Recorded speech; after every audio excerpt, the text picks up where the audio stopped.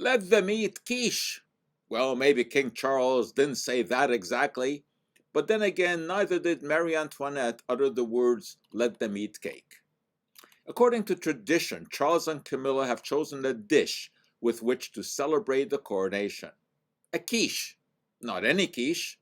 The Coronation Quiche recipe was devised by Mark Flanagan, the royal chef, and is made with spinach, fava beans, cheddar cheese, tarragon, and of course, cream and eggs. As one can expect these days, there's lots of commentary about this online, with people poking fun at the selection and at the monarchy in general.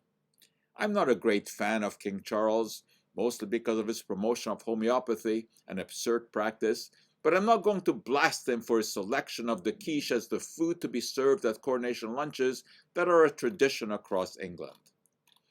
Criticisms have ranged from choosing a French dish to quiche being unhealthy because of its fat and cholesterol content. Actually, the origins of the quiche trace back not to France but to Germany, particularly the region that in the Middle Ages, when the quiche was introduced, was known as Leringen.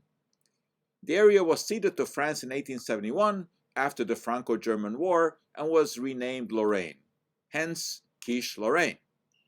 It was from here that the quiche traveled to England, where it became very popular.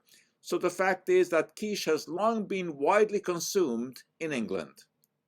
As far as nutrition goes, the 18 grams of saturated fat in a serving is about 5 grams more than the suggested maximum intake per day, and the cholesterol found in the lard, butter, and eggs will exceed the recommended 300 milligrams, although we now know that dietary cholesterol is not the villain as has been portrayed.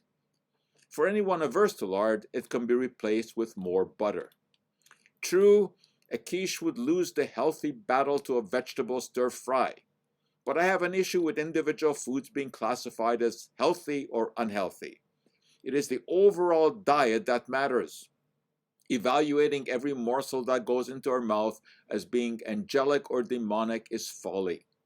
It is totally possible to incorporate quiche into a healthy diet.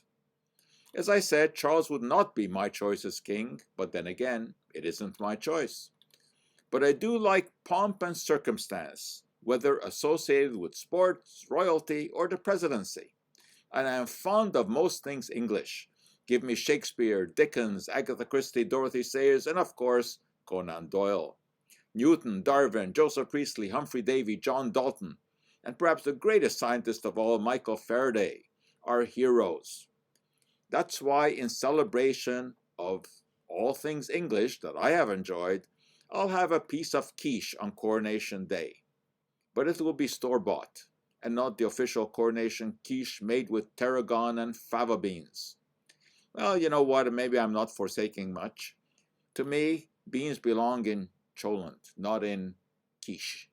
And homeopathy, despite King Charles' infatuation with it, belongs on the junk pile of history. And that for today is our Cup of Joe.